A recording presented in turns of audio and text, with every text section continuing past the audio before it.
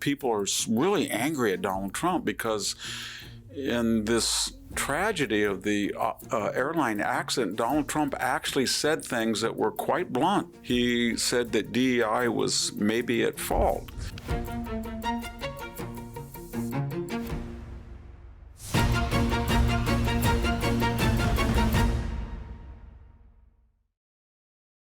Hello, this is Victor Davis Hanson for the Daily Signal. And today we're being sponsored in part by the School of Public Policy at Pepperdine University and its wonderful dean of the school, Pete Peterson.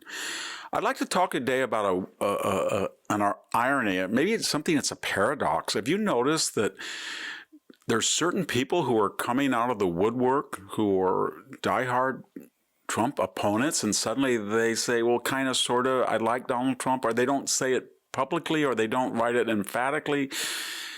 And here's what I mean. He went to Davos, and I thought, wow, they're going to destroy Donald. I don't mean destroy him effectively, but they're going to try to destroy him. And then the question and answers was amazing. He outlined tax reform, transparency, low interest rates, targeted tariffs, more energy development, more fossil fuels, closed borders. I thought, wow, that is going to drive the Davos people crazy. And then the questions were, are you sure you can send us the liquid natural gas? We need it in Europe. Or there were, this sounds great, but when will it start?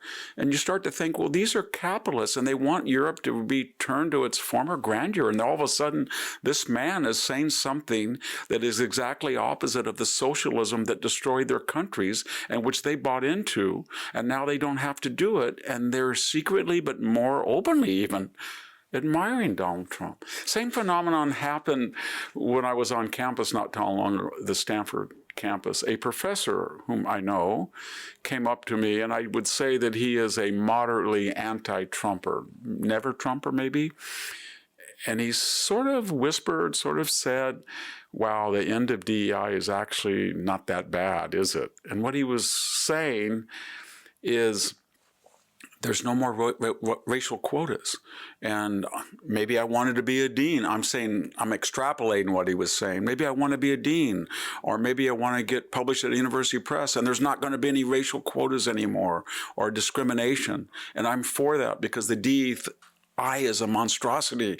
There won't be any czar that calls me up and says your syllabus doesn't have enough DEI material in it, or I've looked at your grading pattern and you're inordinately giving C's to people of color. No more commissars. So even they are kind of, happy that Donald Trump is doing this. And then we get into the FAA, and people are really angry at Donald Trump because in this tragedy of the airline accident, Donald Trump actually said things that were quite blunt. He said that DEI was maybe at fault. And we now know that and I don't want to get into a critique yet of the crash, but it seems like the helicopter was too low and there was culpability, which seems like one of the air traffic controllers was not there. It seems like somebody left early. It seems like there was a mistake on giving directions about the proper elevations. But we do know this, and Donald Trump brought it up, and that was that the FAA consistently under Joe Biden had racial quotas, and they abolished programs in universities that encourage people who had either expertise through the curriculum or prior military experience who would do well on meritocratic exams to try to join the FAA, and they were rejected because of their race.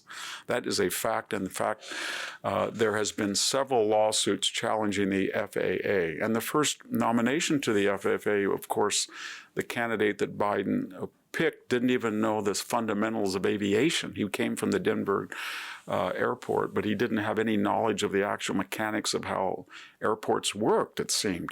My point is that when he did that, everybody in the media thought it was awful. But then people who probably didn't even vote for him said, well, wait a minute. I want to be safe. I want my daughter to be safe. I want my husband to be safe. You mean there's people in these control towers that were selected for criteria other than merit? And while it might have been illiberal or maybe kind of inconvenient. Donald Trump told the truth. What I'm getting at is this. This country has moved so far to the left on energy, on DEI, on transgenderism, on crime, on the border, that people, even who supported it, whether they're the people in LA that lost their homes or the people who voted for Adam Schiff, and we saw what he did at the nomination, they want a return. And this man is the only person, Donald Trump, with the guts and the backbone to not just make a transition, not to the far right, back to the center or the center traditional right, that secretly, at least for now, they are happy that it's going on because they feel that they and most Americans will be the beneficiaries. And you know what's correct? They're absolutely right. Thank you. This is Victor Davis Hanson for the Daily Signal. Thank you so much for tuning in today. Please subscribe to the Daily Signal for our next episode. Maybe you can check out my own website at victorhanson.com for podcasts, lectures, ultra series behind a paywall, but more importantly, just daily columns that are accessible and free to everyone. Thank you very much.